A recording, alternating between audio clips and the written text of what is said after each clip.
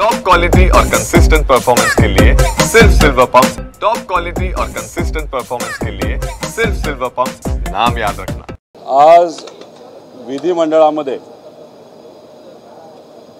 न्याय व्यवस्थेमध्ये सर्वात महत्त्वाचं आणि देशातलं सगळ्यात मोठं पद हे सरन्यायाधीश हे असतं आणि त्या पदावर विराजमान असणारे आपल्या महाराष्ट्राचे भूमिपुत्र गवई साहेब हे आज महाराष्ट्रामध्ये मुंबईमध्ये विधिमंडळामध्ये आम्हा सगळ्यांना मार्गदर्शन करण्यासाठी येत आहेत। संविधान आणण्याचं कारण एवढंच की हे सरकार जनसुरक्षा कायदा या आपल्या या महाराष्ट्रामध्ये आणण्याचा प्रयत्न करत आहे। जनसुरक्षा कायदा हा संविधानाच्या विरोधातला कायदा आहे। आपल्या सर्वांना जो मूलभूत हक्क आहे बोलण्याचा, जर सरकार कुठे कमी पडत असेल आपण एकत्रित येऊन आंदोलन करू शकतो, पण हा जनसुरक्षा कायदा त्याच मूलभूत हक्काच्या विरोधातला आहे, म्हणजे संविधानाच्या विरोधातला आहे। अधिवेशनामध्ये येत असताना कदाचित सरन्यायाधीश साहेबांना पास दिला जाणार नाही, पण चुकून जर त्यांच्या नावाचा पास त्यांच्या हातामध्ये आला आणि त्या पासवरचा अशोक स्तंभ जो अतिशय म्हणजे संविधानाला एक प्रतीक असतो, तो अशोक स्तंभ जर तिथून गायब झालेला त्यांनी बघितला तर नक्कीच अधिवेशनामध्ये आम्हाला सगळ्यांना मार्गदर्शन करत असताना सरकारचे कान ओढल्याशिवाय ते राहणार नाहीत। त्यामुळे मी गवई साहेबांना विनंती करतो, तुम्ही या पवित्र भूमीमध्ये येत आहात, या पवित्र भूमीचे तुम्ही भूमिपुत्र आहात आणि न्याय व्यवस्थेच्या सर्वोच्च पदावर तुम्ही बसलेला आहात। हे सरकार जे संविधानाच्या विरोधात एक कायदा आणत आहे जनसुरक्षा कायदा, त्या बाबतीत या सरकारला सांगावं, त्या सरकारला ठामपणे सांगावं की अशा पद्धतीचा कायदा हा महाराष्ट्रामध्ये आणून चालणार नाही।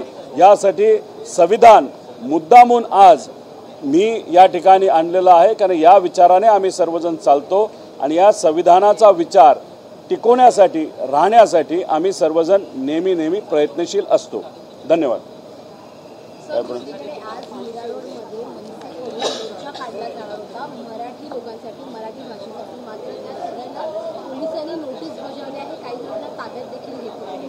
भाजपचं हे सोयीचं राजकारण आहे। काही दिवसांपूर्वी परप्रांतीयांचा एक मोर्चा झाला, त्याच्यामध्ये अशी चर्चा आहे की त्याला लागणारा जो निधी आहे हा भाजपकडनं देण्यात आला होता। मोर्चा झाला, मोठा झाला, पण तिथं कोणाला थांबवलं नाही। पण जेव्हा मराठी माणसांनी ठरवलं की मराठी अस्मितेसाठी मराठी भाषेसाठी आपण एक मोर्चा काढावा, कालपासून मनसेचे जे नेते माजी आमदार आहेत, जे कुठले पदाधिकारी आहेत, नाहीतर जे कार्यकर्ते आहेत, सामाजिक कार्यकर्ते, त्यांना पकडण्याचं काम हे सरकारच्या माध्यमातून सुरू झालेलं आहे। मग ह्याला आपण काय म्हणणार? एका बाजूला तुम्ही परप्रांतीयांना परवानगी देतात आंदोलन करण्यासाठी, मोर्चा काढण्यासाठी, दुसऱ्या बाजूला मराठी भाषेसाठी एक आंदोलन करणारे नाहीतर एक मोर्चा काढणाऱ्या लोकांना तुम्ही जेलमध्ये टाकता। याच्यावरनं कुठेतरी दुटप्पी भूमिका ही सरकारची आपल्याला कळते। एक आपण सर्वांनी समजून घेतलं पाहिजे की आम्ही सर्वजण मराठी लोक कोणाला म्हणतो? जे महाराष्ट्रात जन्मलेले आहेत, महाराष्ट्राच्या बाहेरून गुजरातवरनं असतील, राजस्थानवरनं असतील, साऊथ नॉर्थ कुठलेही असतील, महाराष्ट्रात जन्मले तरी असतील, नाही तर अनेक वर्ष महाराष्ट्रात राहतात, पण मराठी भाषेचा अपमान हा त्यांच्याकडनं कधी झाला नाही आणि होणार नाही। मराठी संस्कृतीचा त्या ठिकाणी अपमान होणार नाही, ही मराठी माणसं आहेत। पण आपण जर बघितलं तर मुद्दा काय होता? दोन्ही ठाकरे बंधू एकत्रित आले काय विषयासाठी? की मराठी हिंदी सक्ती जी पहिलीपासून चौथीपर्यंत केली जाते त्यासाठी हे सर्व लोक एकत्रित आले, एक ताकद उभी राहिली आणि मग सरकारला जी.आर. मागे घ्यायला लागला। म्हणजे हिंदी सक्तीच्या विरोधात हा लढा होता, पण भाजपने याला बिहारचं इलेक्शन डोळ्यासमोर ठेवून आणि मुंबईचं इलेक्शन डोळ्यासमोर ठेवून याला हिंदी सक्तीवरनं विषय कुठून घेऊन ठेवला? मराठी विरुद्ध अमराठी नाहीतर परप्रांतीय, याचा फायदा त्यांना दोन ठिकाणी होऊ शकतो। एक मुंबई इलेक्शनसाठी जसं विधानसभेमध्ये ओबीसी विरुद्ध मराठा केला, लोकसभेसाठी हिंदू मुस्लिम केला, तसा आता मराठी विरुद्ध मराठी करण्याचा प्रयत्न हा सरकारकडनं केला जातोय। म्हणजे विकास राहिला बाजूला, नोकऱ्या राहिला बाजूला, महिला सुरक्षितता राहिला बाजूला, शेतकरी राहिला बाजूला, पण फक्त भेदभावाच्या राजकारणावर राजकीय पोळी भाजप भाजण्याचा प्रयत्न करते, फक्त महाराष्ट्रात नाही तर बिहारमध्ये सुद्धा। त्यामुळे ही जी काय भूमिका आहे ही दुटप्पी भूमिका नाही तर फक्त राजकीय भूमिका भाजपच्या नेत्यांची आता कुठेतरी डोळ्या लोकांसमोर यायला लागलेली आहे। त्यामुळे राज ठाकरे साहेबांना आता भाजपचा खरा चेहरा कळला असेल। येत्या काळामध्ये ते त्या बाबतीत काय निर्णय घेतात हे आपल्याला बघावं लागेल, पण येणारं प्रत्येक इलेक्शन हे डोळ्यात तेल घालून आपल्याला लढावं लागेल मराठी हक्कासाठी, महाराष्ट्राच्या हक्कासाठी आणि महाराष्ट्राच्या आणि मुंबईच्या विकासासाठी। हे लढा आपल्या सगळ्यांना लढावा लागेल।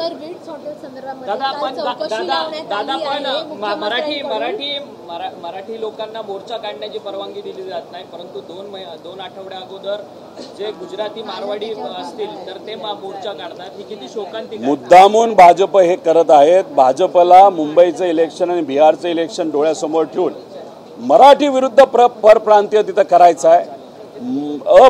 मराठी नाहीतर प्रबळ प्रांतीयांचा जेव्हा मोर्चा काढण्यात आला तेव्हा आर्थिक मदत सुद्धा भाजपकडनं देण्यात आली होती, परवानगी देण्यात आली होती, पण मराठी माणसांनी जेव्हा निर्णय घेतला की आता आपल्याला मोर्चा काढायचा आहे तेव्हा चुन चुन के एकेकाला जेलमध्ये टाकण्याचा प्रयत्न हा सरकारकडनं त्या ठिकाणी करण्याचा प्रयत्न केला जातोय।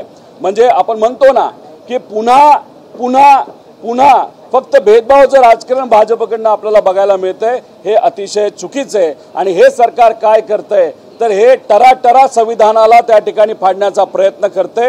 हे जे महाराष्ट्रामध्ये संतांचा विचार, एकोपा, बंधुभाव जो तिथं आहे तो कुठेतरी तोडण्याचा फक्त सत्ता आणण्यासाठी प्रयत्न हा सरकारकडनं आणि भाजपकडनं होतोय असं आपल्याला म्हणावं लागेल। पण एक महत्त्वाची गोष्ट अशी आहे की मराठी माणसांना परवानगी न दिल्यामुळे एकनाथ शिंदे साहेब या बाबतीत काय भूमिका घेतात हे आपल्याला बघावं लागेल। कारण एका बाजूला परप्रांतीयाला तुम्ही परवानगी देता, एका बाजूला तुम्ही मराठी माणसांना परवानगी नाकारता।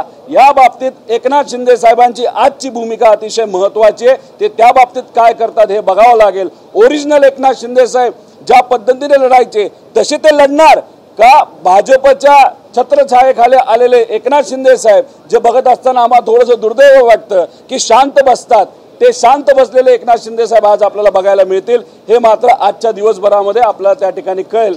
बघूया खरे ओरिजिनल एकनाथ शिंदे साहेब हे आपल्याला बघायला मिळतात का नवीन वाले भाजपचे एकनाथ शिंदे साहेब हे आपल्याला बघायला मिळतात। बिहारच्या निवडणुकांपूर्वी असा मराठी अमराठी वाद घडवून कुठेतरी बिहारच्या निवडणुकीमध्ये फायदा घेण्याकरता भाजपने ही स्ट्रॅटर्जी आखली आहे का असा सवाल होतो। नाही, दोन्ही, एक तर मुंबईच्या इलेक्शनसाठी आणि बिहारच्या इलेक्शनसाठी सुशांत सिंग राजपूतचा सुद्धा मुद्दा कधी पेटला होता जेव्हा बिहारचं इलेक्शन होतं। म्हणजे पोलीस, मराठी पोलीस, महाराष्ट्राच्या पोलिसांची बदनामी कधी करण्यात आली होती सुशांत सिंग राजपूतच्या वेळेस, ज्यांनी त्यांनी सुसाईड केलं पण वातावरण असं केलं की त्याच्यावर तिथं अन्याय झाला आणि बिहारमध्ये राजकीय पोळी भाजण्याचा प्रयत्न हा भाजपकडनं तिथं झाला। म्हणजे एक तर टॅक्स देशामध्ये सगळ्यात जास्त महाराष्ट्रात देतो, पण महाराष्ट्राच्या नावावर आता दुसऱ्या राज्यामध्ये जे राजकारण केलं जात असेल ते सुद्धा महाराष्ट्राची मराठीची बदनामी करून, तर हे मराठी माणसांना आणि महाराष्ट्रातल्या लोकांना हे कदापि पसंत पडणार नाही, आवडणार नाही। नगर जिल्ह्यात बनावट जीआर काढून साधारणपणे 7 कोटींची कामं पूर्ण करण्यात आले, 45 ते बोगस जीआर आहेत। एक तर हा जीआर जो काढण्यात आला त्याच्यामध्ये कुठली टेक्नॉलॉजी वापरली गेली का AI सारखी हे आपल्याला बघावं लागेल, पण कुठल्याही अधिकाऱ्यांच्या इन्व्हॉल्वमेंट शिवाय त्याच्यामध्ये संगनमत शिवाय आपल्याला अशा पद्धतीने पैसा काढता येत नसतो। आणि हा आकडा फक्त 7 कोटी असेल असं नाही, हा आकडा खूप मोठा असेल। या महाराष्ट्रामध्ये आपण जर त्याचा अभ्यास केला तर हा आकडा करोडो, कदाचित शेकडो करोड, हजार करोड पर्यंत त्या ठिकाणी हा आकडा जाऊ शकतो। ही फक्त सुरुवात आहे। याच्यामध्ये झालं असं सरकारचं लक्ष नाही तर प्रशासनावरची पकड नसल्यामुळे कुठेतरी प्रशासन आपल्या अधिकारांचा वापर करून तिथं नफाखोरी करते, करप्शन करते असं आमच्या सगळ्यांचं मत आहे। वैष्णवी हगवणे प्रकरणानंतर सावंतवाडी सिंधुदुर्गमध्ये एक घटना समोर आलेली आहे। प्रिया चव्हाण नावाची मुलगी आहे, तिने आत्महत्या केलेली आहे। देवगडच्या माजी नगराध्यक्ष आहेत त्यांची ते सून आहे, आत्महत्येस प्रवृत्त केल्याचा आरोप त्यांच्यावर ठेवण्यात आला, त्यांना अटक करावी अशा प्रकारची मागणी वैभव नाईक यांनी केली। नाही, बघा, कुणीही महिलेच्या बाबतीत, महिला सुरक्षिततेच्या बाबतीत, महिलांच्या अधिकाराच्या बाबतीत जर तिथं कुठं हलगर्जीपणा करत असतील तर कुणीही नेता असो, कुठलंही कुटुंब असो, तर त्या बाबतीत सरकारने लक्ष देण्याची जरूरत आहे. आपल्याला महिलेला न्याय देण्याची जरूरत आहे. खऱ्या अर्थाने कायदे कशासाठी असतात की एखाद्या महिलेला खरंच अडचण असेल, आपल्या परिवाराकडनं असेल, पण कायदा महिलेच्या बाजूली असल्यामुळे कायदा जर चांगल्या पद्धतीने लागू केला जात असेल तर महिलेला आत्महत्या करण्याची सुद्धा जरूरत नाही. पण या महाराष्ट्रामध्ये कुठलाही कायदा आज जर बघितला तर तो कुठेतरी टांगून ठेवलेला आहे.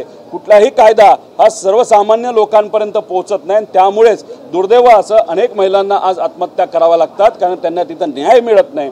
आणि अशा घटना जर या महाराष्ट्रामध्ये वाढत असतील, घडत असतील, हे आपल्यासाठी दुर्दैव आहे. त्यामुळे लवकरात लवकर सरकारने त्याच्यामध्ये लक्ष देण्याची जरूरत आहे. फक्त या 2 महत्त्वाच्या प्रकरणात नाही तर या महाराष्ट्रामध्ये जिथं कुठं हे प्रकरणं होत आहेत. आणि महिला सुरक्षिततेचं तर अतिशय पोटबाळा त्या ठिकाणी आपल्या या महाराष्ट्रामध्ये वाजलेला आहे. आणि जे अल्पवयीन मुली आहेत, रोज 27 घटना त्यांच्या अपमानाच्या, त्यांच्या अन्यायाच्या त्या ठिकाणी होत आहेत. त्या बाबतीत सुद्धा सरकार मोठ्या प्रमाणात कमी पडते असं आपल्याला म्हणावं लागेल. काल अंबरनाथमध्ये एक दुर्दैवी प्रकार घडला. शाळकरी जी मुलं आहेत ती व्हॅनमधून जात असताना 3 मुलं त्यातून पडली. गरजेपेक्षा जास्त मुलं व्हॅनमध्ये कोंबल्यामुळे हा प्रकार घडला असल्याचं प्राथमिक अधिकाऱ्याला बघून कळालं. आणि हे बघा, सगळ्याला कायदे आहेत. एखादं तुम्हाला बिलबोर्ड लावायचं असेल, होर्डिंग लावायचं असेल, त्याला कायदा आहे. जर आपण एखाद्या व्हॅनमध्ये नाहीतर मुलांच्या बसच्या व्हॅनमध्ये किती, बसमध्ये नाही तर व्हॅनमध्ये किती मुलं पाहिजे ह्याला कायदा आहे. पण होतं असं की एखादी घटना घडते, त्याच्यामध्ये काही लोकांचा मृत्यू होतो, ती चर्चा फक्त तात्पुरती राहते, त्यानंतर चर्चा ही बाजूला पडते. पण हा जो कायदा आहे, जसं मी म्हणालो की इतरही कायदे हे लागू केले जात नाहीत, स्ट्रिक्टली बघितले जात नाहीत. कुठेतरी भ्रष्टाचार लोअर लेवलपासून वरच्या लेवलपर्यंत असल्यामुळे याच्याकडे, कायद्याकडे दुर्लक्ष झाल्यामुळे त्यात गरिबाचाच मृत्यू होतो. जसं मावळमध्ये सुद्धा जो ब्रिज पडला त्याच्यामुळे मध्ये मृत्यू हा गरिबाचाच झाला, चर्चा झाली. त्यानंतर मात्र त्या बाबतीत आणि इतर ब्रिजेसच्या बाबतीत सरकारकडनं अजूनपर्यंत ठोक निर्णय तिथं घेतला नाही. त्यामुळे मुलांच्या बाबतीत सुद्धा जो काही अन्याय तिथं झाला, प्रशासन जेव्हा कुठेतरी कमी पडतं, जेव्हा ज्या पद्धतीने एखादा विषय नाही तर एखादा लॉ लागू केला जातो त्यात जर प्रशासन कमी पडतं तेव्हा असे विषय होतात. अतिशय दुर्दैवी घटना आहे असं आपल्याला इथं म्हणावं लागेल. काल सभागृहामध्ये एक भावनिक साथ घातलेली आहे अजित पवारांना की भावकीकडे लक्ष द्या म्हणून तुम्ही असं सभागृहात म्हटलात. तुम्ही आपल्या भाषणामध्ये हे देखील म्हटलात की महाविकास आघाडी सरकार असताना मला मोठ्या प्रमाणात निधी मिळत होता, परंतु आताच्या सरकारमध्ये तुमच्या मतदारसंघामध्ये निधी मिळत नाही, त्यामुळे तुम्ही अर्थमंत्र्यांनाच आणि तुमच्या काकांना थेट हात घातले. काय नक्की नेमकं ही साथ घालण्याची? हे बघा, जे विरोधात आमदार आहेत त्यांच्या मतदारसंघामध्ये कुठेही निधी हा दिला जात नाही. दुर्दैव असं की आता DPCमध्ये सुद्धा त्या प्रकारचा भेदभाव हा केला जाणार आहे. महाविकास आघाडीच्या काळामध्ये मी अनेक मंत्र्यांची चर्चा करून, फॉलोअप करून, त्या मंत्र्यांनी मला सहकार्य केल्यामुळे मोठ्या प्रमाणात निधी हा मतदारसंघामध्ये मी नेला होता. काही गोष्टी मी हे मंजूर सुद्धा केले होते. पण सरकार बदलल्यानंतर त्या बाबतीत काही बदल झाले, निधी देण्यात नाही आला, अर्धवट निधी देण्यात आला. त्यात झालं असं की ज्या वास्तू आपण सुरू केल्या होत्या, जिथं कुठं आपण तिथं खर्च सुरू केले होते, नाही तर कामं सुरू झाली होती, ती अर्धवट तिथं झालेली आहेत. पण पूर्ण नेण्यासाठी आपल्याला निधी कमी पडतोय. माझे जे विरोधक आहेत मोठ्या पदावर जाऊन बसलेत, पण मोठ्या पदावर एखादा व्यक्ती बसत असेल तर त्यांचे विचार आणि बुद्धी ही प्रगल्भ होती असं नसतं, त्यांचं विजन वाढती असं नाही. पण त्यांचं एकच काम, जे काय निधी मी नेलेला आहे, जे काय काम मी नेलेलं आहे त्याला फक्त ब्रेक लावायचा. सगळ्यात मोठं नुकसान जर कोणाचं झालं असेल माझ्या मतदारसंघामध्ये तर MIDC न आल्यामुळे माझ्या युवांचं नुकसान तिथं झालंय. बरेच विषय, शेतीच्या पाण्यापासून इतरही विषय आहेत. आता जेव्हा आपण पाठपुरावा करून एखादा विषय होत नसतो, आपण पत्र देऊन विषय होत नसतो, लढून विषय होत नसतो, आंदोलन करून विषय होत नसतो, तर कधी कधी आपण भावनिक साथ सुद्धा तिथं घालत असतो. त्यामुळे काल भाषण करत असताना आक्रमक मी बोललोच, पण कुठं तरी भावनिक साथ सुद्धा तिथं घातलेली आहे. पण त्याला प्रतिसाद मिळेल हे मला तरी सांगता येणार नाही, कारण शेवटी अजितदादांना सुद्धा मुख्यमंत्र्यांना विचारल्याशिवाय निधी देता येत नाही. त्यामुळे दादा त्या बाबतीत काय करतील आणि मुख्यमंत्री साहेब राजकारण करून करून काय लेवलपर्यंत राजकारण करतील, युवांच्या भवितव्याचं सुद्धा त्यांना जर राजकारण करायचं असेल तर माझ्या मागण्यांकडे हे सर्व दुर्लक्ष करतील असं आपल्याला म्हणावं लागेल. तुमच्या विरोधात सुषमा अंधारे आणि कुणाल कामरांच्या विरोधात हक्कभंग आणला गेला. तुमच्या विरोधात देखील पहिल्यांदाच सभागृहात मंत्र्यांनी सदस्यांविरोधात हा सगळा हक्कभंग आणलेला आहे। या सगळ्या संदर्भात ते आम्हाला माहिती मिळते की तुम्ही रिप्लाय सुद्धा फाईल केलेला आहे। त्या सगळ्या प्रकरणात तुषार खरात पत्रकार हे देखील होते, परंतु कोर्टाने तुषार खरात यांची निर्दोष मुक्तता केली आहे। त्या सगळ्या प्रकरणामध्ये जे जयकुमार गोरे मंत्री आहेत त्यांच्यावरती कोर्टाने ताशेरे ओढले। काही दिवसांपूर्वी मला त्या बाबतीत एक नोटीस आली होती, त्या नोटीसला मी उत्तर दिलेलं आहे, पण आपल्यासमोर अजून काय मला जास्त बोलता येणार नाही। त्यांच्या पद्धतीने त्यांची चौकशी त्या बाबतीत सुरू आहे। एकदा चौकशी संपली तर मी मीडियासमोर येईल आणि काय घडलं, कसं घडलं, काय काय विषय आहेत हे नक्कीच आपल्या सर्वांसमोर मी सांगेल। पण ही इंटरनल चौकशी असल्यामुळे मला इथं आपल्याला खूप काही सांगता येणार नाही।